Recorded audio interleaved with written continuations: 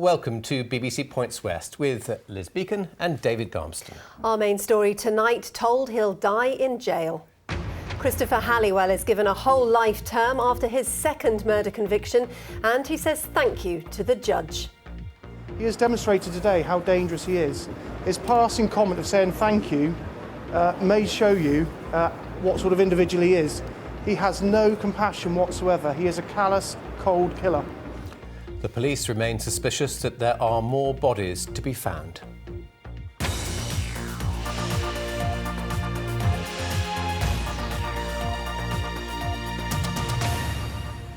Our other headlines tonight, hundreds of local authority workers face the sack as the council in Bristol fails to find enough volunteers. Bitter disappointment for Somerset as Middlesex pipped them to the county championship in a nail-biting finale. And that must be one of their 5 a day, the vegetables that kept growing and growing.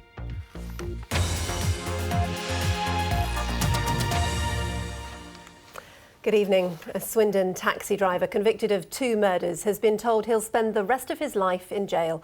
Christopher Halliwell was sentenced today for killing 20-year-old Becky Godden, who vanished in 2003. Now police are investigating whether Halliwell could be a serial killer with more murders yet to be discovered. Well, Andrew Plant has been following the case since Christopher Halliwell was first arrested in 2011, and he joins us now. Andrew, what was the reaction in court when this sentence was handed down?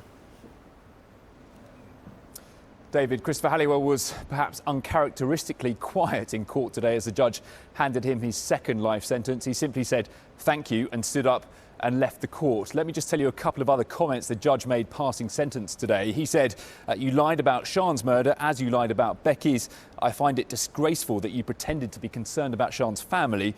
He said, you devised a cock and bull story about 2 drug dealers. There is nothing you can say which will mitigate your sentence. Well, we know that Christopher Halliwell admitted 2 murders within the space of about 2 hours in 2011, but he was only ever charged with 1 of those murders because of police mistakes. That's until one policeman, Sean Memory, picked up the file and decided to find new evidence to bring Christopher Halliwell to court. Well, that's exactly what happened here 2 weeks ago, and it took the jury just 2 hours to find him guilty. Now, we heard from that policeman, Sean Memory, outside court today. He said he was grateful for the families that Christopher Halliwell had finally seen justice, but he speculated too.